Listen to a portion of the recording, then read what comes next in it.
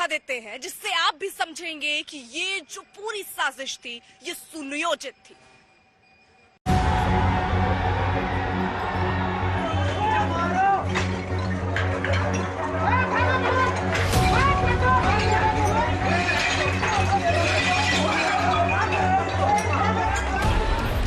इन भयानक तस्वीरों और हिंसा को देखकर अब क्या कहा जाए।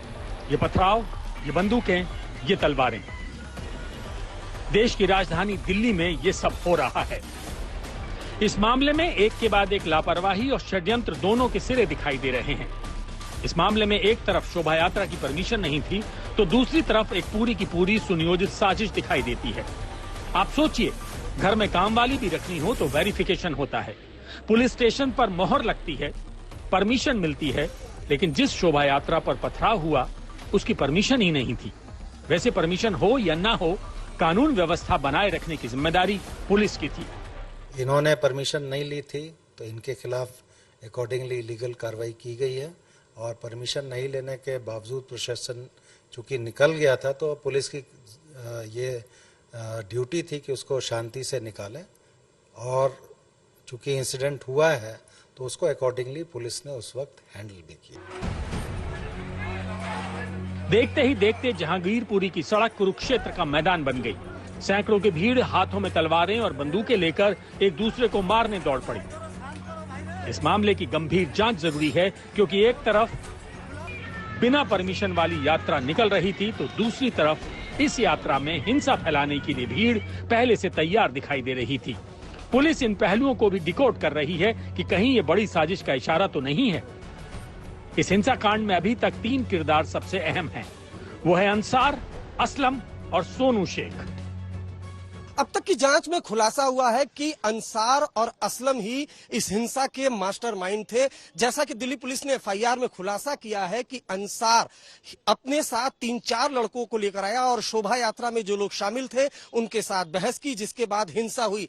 अदालत में भी बाकायदा दिल्ली पुलिस ने खुलासा किया है कि दरअसल अंसार ही और असलम ही इस पूरी हिंसा के मास्टरमाइंड है। 15 अप्रैल को शोभा यात्रा की उनको जानकारी मिली थी और बाकायदा साजिश के तहत इस पूरी हिंसा की वारदात को अंजाम दिया गया।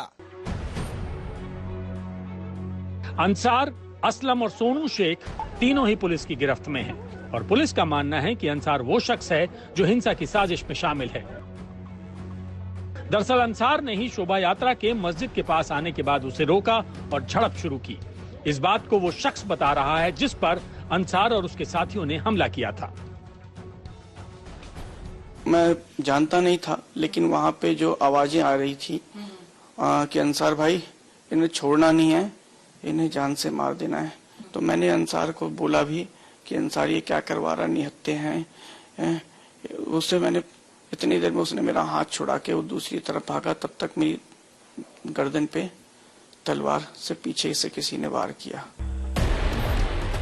अंसार और असलम को पुलिस ने पहले ही गिरफ्तार कर लिया था, लेकिन अंसार के तेवर ने सबको हैरान किया। फिलहाल उसकी और असलम की पुलिस रिमांड 2 दिन के लिए और बढ़ गई है। इस मामले में तीसरा बड़ा आरोपी सोनू शेख पुलिस की गिरफ्त से बाहर था। ये वही सोनू शेख है जो वीडियो में नीले कुर्ते में नजर आया था। इसी के हाथों में बंदूक नजर आई थी। पुलिस जब उसे पकड़ने उसके घर पहुंची तो वो फरार हो चुका था। हम भी उसके घर पहुंचे। पूरा नाम सोनू है। बाकी उपनाम और कुछ नहीं नाम ना। तो आप लोग कहाँ के रहने वाले हैं? हम लोग कोलकाता का रहने वाला, मोइसादाल हल्दिया हमारा घर है। तो ये पुलिस ने कुछ बताया कि सलीम को क्यों अरेस्ट किया? कुछ वाला नहीं, घुसने ही नहीं दे रहा। अच्छा, घुसने ही नहीं दे रहा। भगा रही तो सुबह गया, वहाँ से भी हम लोग को भगाया, हमारा बहू हम गया। हिंसा वाले दिन से ही सोनू शेख फरार चल रहा था, लेकिन पुलिस ने आज शाम उसको गिरफ्तार कर लिया।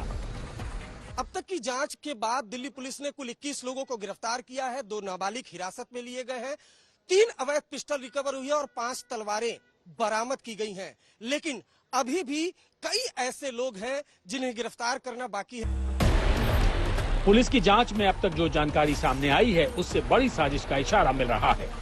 यही वजह है कि जिन रास्तों से शोभा यात्रा निकली थी, पुलिस उन रास्तों पर पड़ने वाली दुकानों के सीसीटीवी भी खंगाल रही है।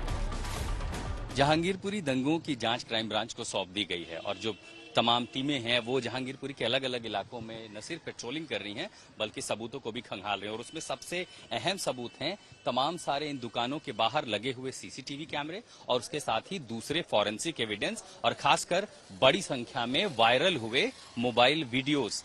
दोनों पक्ष की ओर से वीडियो साझा करते हुए एक दूसरे पर आरोप लगाया गया था कि एक पक्ष ने भड़काया, दूसरे ने रिटेलिएट किया और इसीलिए साइंटिफिक एविडेंस बहुत जरूरी है। और इसीलिए जैसे जैसे जांच आगे बढ़ रही है, एक तरफ अभियुक्तों की गिरफ्तारी हो रही है और दूसरी तरफ क्राइम ब्रांच जांच को आगे बढ़ा रही है, तो जो साइंटिफिक एविडेंस होंगे, सीसीटीवी कैमरा फुटेज हो, मोबाइल वायरल फुटेज हो, वो बेहद महत्वपूर्ण होने वाले हैं। और पुलिस आज जहांगीरपुरी पूरे इलाके में जहां पर यह फसाद हुआ था वहां से सबूत इकट्ठा कर रही है। पुलिस की कार्रवाई में अभी तक जो जानकारी सामने आई है उसके मुताबिक हिंसा में शामिल जितने भी लोगों को अभी तक गिरफ्तार किया गया है उसमें एक बड़ी संख्या उनकी है जो हिस्ट्री शीटर हैं, यानी उनका आपराधिक इतिहास रहा है। 23 एक्यूज को अरेस्ट किया है। इन 23 में से 8 एक्यूज ऐसे हैं जिनके प्रीवियस इन्वॉल्वमेंट है। सीसीटीवी फुटेज और दूसरा जो डिजिटल एविडेंस अवेलेबल है उसके एनालिसिस चल रही है। दिल्ली हिंसा की जांच कई एंगल से हो रही है। इनमें एक एंगल है बाहरी लोगों का शामिल होना, खासकर उन बाहरी लोगों का जो वर्ष 2020 में CAA NRC प्रदर्शन के दौरान हुए दंगों से जुड़े थे। लगातार आरोप लगते रहे हैं कि जो बकायदा यहाँ पर बांग्लादेशी और रोहिंग्या अवैध घुसपैठिए रहते हैं और साल 2020 में जब नॉर्थ ईस्ट में दंगा हुआ था तो बकायदा दिल्ली पुलिस ने चार्जशीट में इस बात का खुलासा किया है कि यहाँ से तकरीबन 300 बांग्लादेशी महिलाएं जाफराबाद, शाहीन बाग इलाके में गई थी और सीलमपुर में पथराव भी किया था। तो जहांगीरपुरी को लेकर कोई नई बात नहीं है, यहाँ पर सवाल उठना बकायदा आज तक ने चार्जशीट के जरिए 2020 की ये खुलासा किया था। लगातार आरोप लगते रहे हैं कि यहाँ पर बांग्लादेशी और रोहिंग्या घुसपैठिए रहते हैं।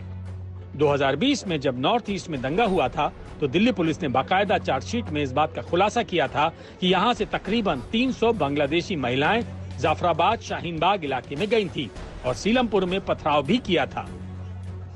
दिल्ली पुलिस एक बात से आश्वस्त नजर आ रही है कि जहांगीरपुरी में हुई हिंसा एक पूर्व नियोजित साजिश हो सकती है। इसका शक इस बात से भी जाता है कि 2020 के दंगों की तरह ही जहांगीरपुरी में भी हिंसा के दौरान सबसे पहले सीसीटीवी कैमरों को तोड़ा गया ताकि उपद्रवियों के चेहरे कैद न हो सकें। तौर तरीके वैसे ही थे।